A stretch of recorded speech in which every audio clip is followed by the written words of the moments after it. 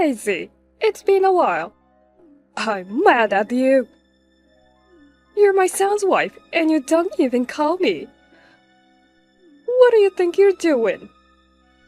Hey, are you listening to me? You've got some nerve ignoring me, your mother-in-law. Hi, long time no see. Sorry, I was at work until just a few minutes ago. I just saw your message. What can I do for you? What do you mean, what can I do for you? You haven't contacted me in 3 months. What is wrong with you? Why should I have to contact you? You don't even know how to behave like a proper in-law. Could it be that you haven't heard yet? What? I'm talking to you right now, so don't interrupt me. Huh? It's not huh. It's yes, Mom. You're unbelievable. You can't even reply properly. Yes, ma'am. And don't try to use work as an excuse. I'm your husband's mother. I'm the one who went out of my way to contact you. From now on, I want you to reply immediately. Understood? Are you listening to me? Yes, right? Yes, Mom.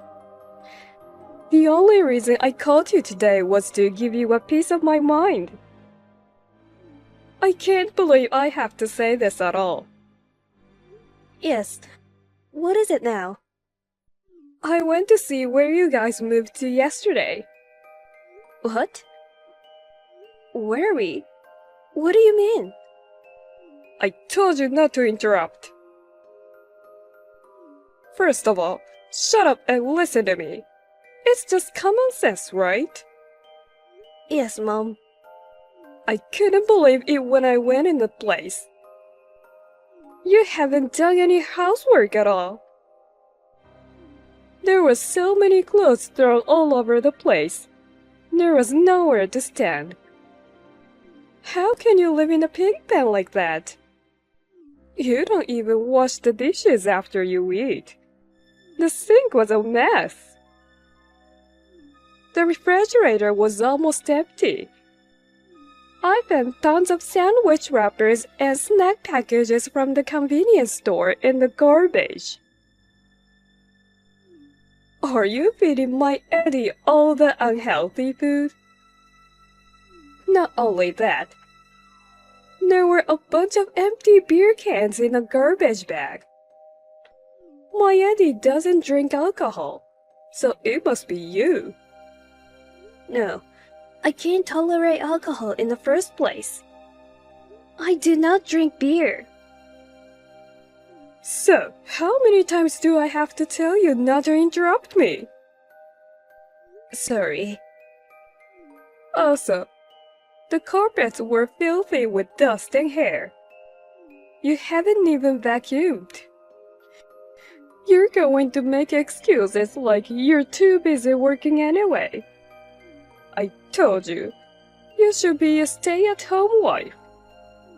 And yet, you say you can manage to juggle housework and a job. You just wanted to work and didn't listen to a thing I said. I said, well, if you can manage both, it's fine. I respected your opinion. But if you don't want to take care of your husband, Edwin, then you should quit your job right now. After all, a woman should be a stay-at-home wife. Are we done here? Huh? I was told not to interrupt, so I waited for you to finish. It looks as though you're mistaken about a lot of things, so I'd like to correct you. Huh? Mistaken? I'm not mistaken about anything. I won't allow excuses or backtalk. First of all, it seems you haven't heard from Edwin. We're divorced. I heard about it. What? I told you I know you're divorced. You know it, but you call me your mother-in-law? Yes, what's the problem? Listen, Daisy. Divorced or not, it doesn't matter. You two live together, right? As long as you live together, you are Edwin's wife and our daughter-in-law. As his wife, as our daughter-in-law. It's a matter of course that you can take care of the house so that he can live comfortably, isn't it? That's not all. Of course, you are devoted to Edwin, your husband. It is only natural that you also pay respect to me, Edwin's mother. That's such a moot point. If we're divorced, then Edwin and I are strangers now. And I am a stranger to you as well. From the day we stopped being husband and wife, we started our separate lives. So, I am telling you not to talk back to me, your mother-in-law. I am telling you that you are no longer my mother-in-law. This is not backtalk. I am just stating the obvious. What is wrong with you? If you have time to talk back to me, then get on with your chores. It's impossible for you to balance a job and housework, isn't it? Like I said before, if you can't do both, you should quit your job. If you can't tell your company, I can tell your company that you're quitting. Please don't do that. If you do that, it will cause trouble at work. It's because you didn't quit earlier. If you don't want me to contact the company, I suggest you resign on your own. I'm not quitting my job. Huh? You're the wife and you're going to defy me. I don't intend to. But if I quit my job, I won't be able to make a living. Are you trying to say that Edwin's salary is too low? You really are the worst. I don't know why Edwin chose you as his wife. If you manage things properly, you should be able to live on Edwin's salary just fine. It's your role as a wife to manage money well. Therefore, since we are already divorced, I'm not the wife. You're tenacious. If you think that by saying that, you don't have to do the housework, you were mistaken. Well, to begin with, I moved after the divorce and now live in a different area. Huh? Moved? Yes, it just kind of happened. I was offered a transfer right after the divorce. I thought it was a good opportunity, so I accepted and moved. I can't believe it. The wife moved out by herself. Husbands and wives are supposed to live together. As I have told you many times, I am divorced from Edwin, and we are no longer a couple. Therefore, I am not moving in alone. I will not allow it. Quit your job immediately and come back. Huh? Well, I'm being nice. I'll give you a reprieve. I think you have to tell the company at least a month before you resign, don't you? If you tell the company you're leaving now, I'll give you a month to take over the responsibilities. But I can't imagine Eddie spending another month in that dirty house. I'll take care of Eddie until you come back. You should be grateful. You haven't listened to the thing I said. I'm not going to quit my job, and I'm not going to move out. We're divorced, and this is crazy. What's so crazy? You think you're so smart. Just get moving and quit your job and come back. I understood.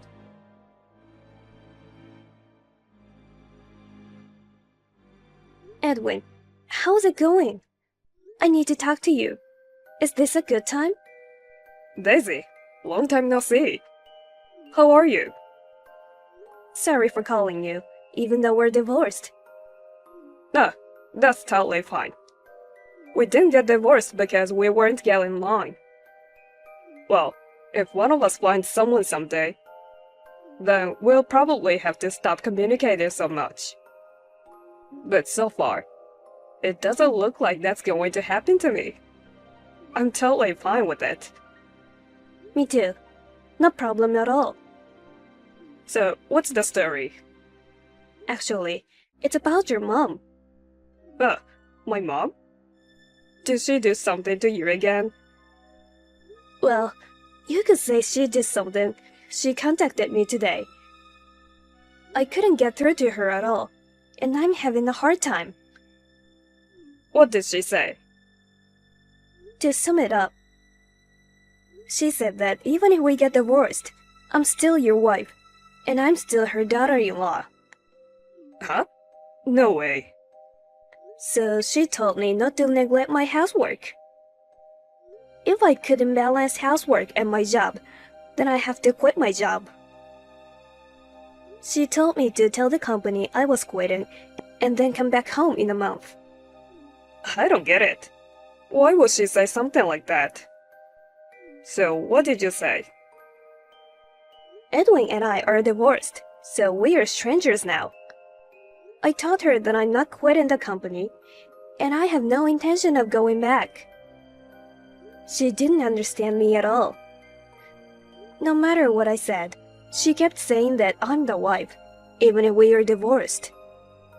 I'm at my wit's end. That's why I contacted you.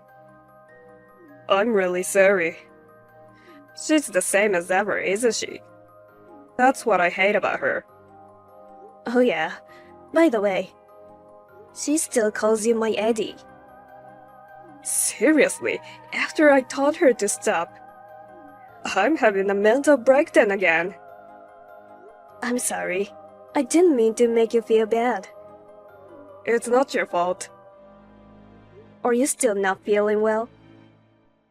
About that, I went back to my parents' house after the divorce, right? Right after that, my parents separated. Oh really? Yeah. Apparently, my dad had reached to the end of his rope with my mom. I guess he thought he could leave her in my hands now that I was back. After that, her interference with me was worse than ever. I couldn't take it anymore. I was mentally at my limit. So I snuck out of the house in the middle of the night, while my mom was sleeping. She kept calling and texting me. I never answered her calls or read her messages. I don't plan on going back to my parents' house. I see. You've been through a lot as well. She's the reason we got divorced. If it weren't for her, I think we'd be doing well. I couldn't stand the fact that you felt bad because of her. I thought that if we got divorced, it would be over. But I guess I was naive. I'm fine. Don't worry about it. I told you I was staying at my aunt's place after the divorce, didn't I? Yeah. Actually, after that, I got transferred to the place pretty far away. Oh, really? I told your mom about it, but I didn't tell her where I was. She's not gonna be able to come after me or anything, so don't worry. Then I'm glad. I'm rather worried about you. Me? Your mother. She told me I had to come back in a month. She said, in the meantime, she'd be taking care of you. Doesn't that mean she knows where you live now? Oh God, no way. I haven't told her. She couldn't know. Yeah, okay. But yesterday's text message made it sound like she'd already been inside the house. Clothes were strewn all over the place. Sandwich wrappers and beer cans were thrown away. She said all kinds of things. It is possible that the address leaked out, and she broke in while you were gone? No, I don't think so. What makes you say that? I told you I'd be thinking about changing jobs, right? Mm-hmm. My mom knows where I work. I didn't want her to get in on it. So I decided to take the opportunity and make a career change. Surprisingly, it didn't take long. I started working there last week. I'm glad to hear that.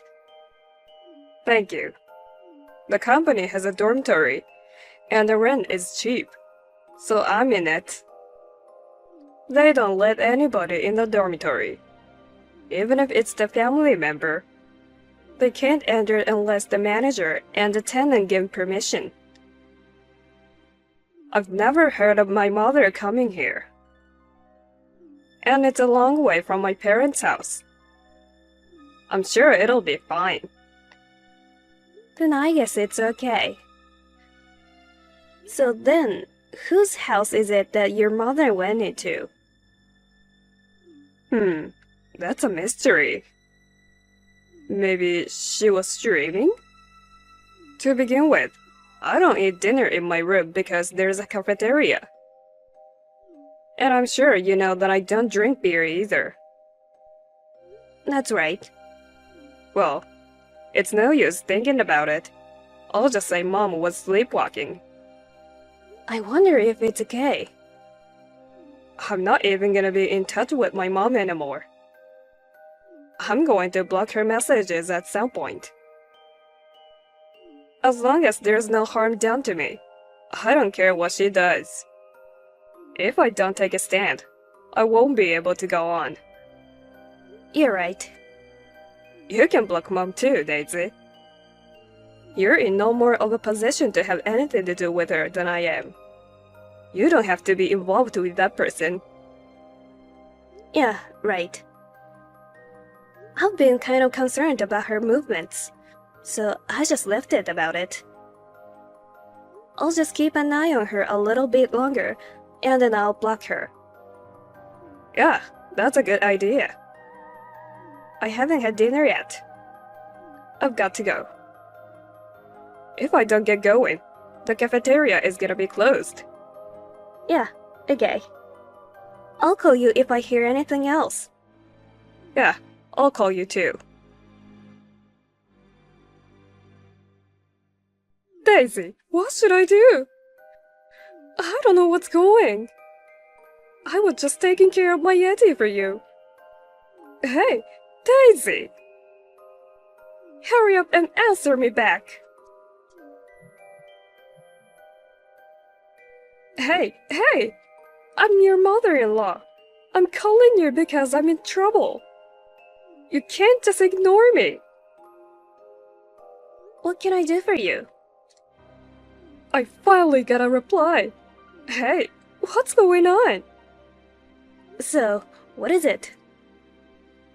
I was cleaning Eddie's room for you, as usual.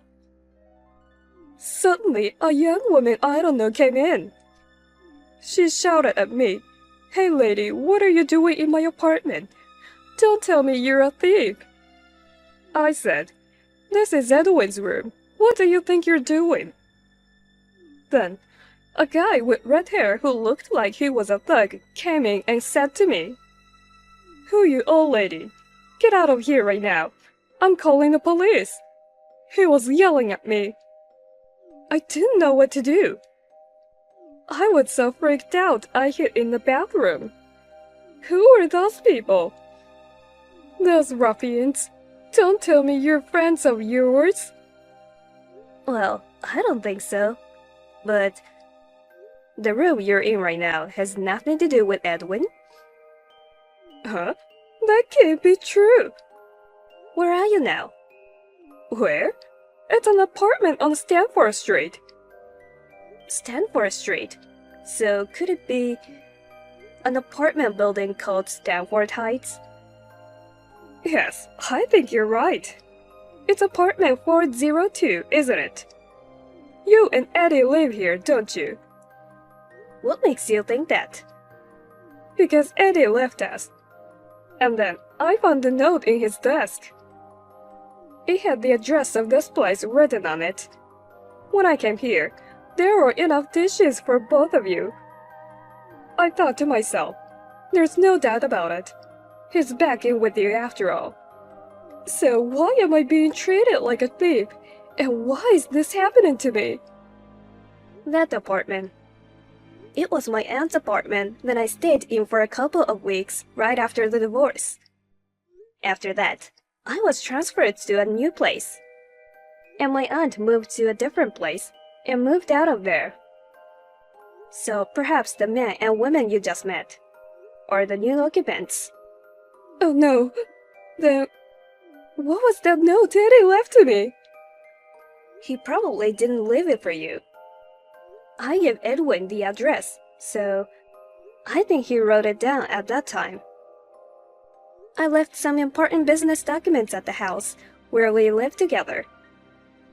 So I gave him my address so that he could send them to my aunt's house. I think he forgot to dispose of the note after he finished using it. What's that? I thought he left me his address. I thought he could see him anytime, so I didn't chase after him. Then where is Edwin now? I don't know. You're lying. You really know, don't you? Tell me. Don't lie to my face. How can it be that a wife doesn't know where her husband is? That's enough. We're already divorced. You were the cause of our divorce. Oh? I'm the cause of your divorce? Edwin has always been fed up with your terrible interference. Especially after we got married. You treated me as if I was your personal servant. Edwin, who was so kind to me, thought it was his fault and that he couldn't take care of me. He was driven into a mental corner. Oh no. We thought that if things continued as they were, we would both be ruined, so we talked it over. We came to the conclusion that divorcing would lighten the mental burden. We divorced. That's a lie. What is wrong with a mother's love for her son? Your overly strong feelings were a burden to your son. He said he had no intention of contacting you. What did you just say? By the way, are you sure? What? Isn't this a bad time to be talking to me? You holed up in someone else's bathroom right now, aren't you? Oh my god. What should I do? I hear the sirens of the police car. Well, I think that you would.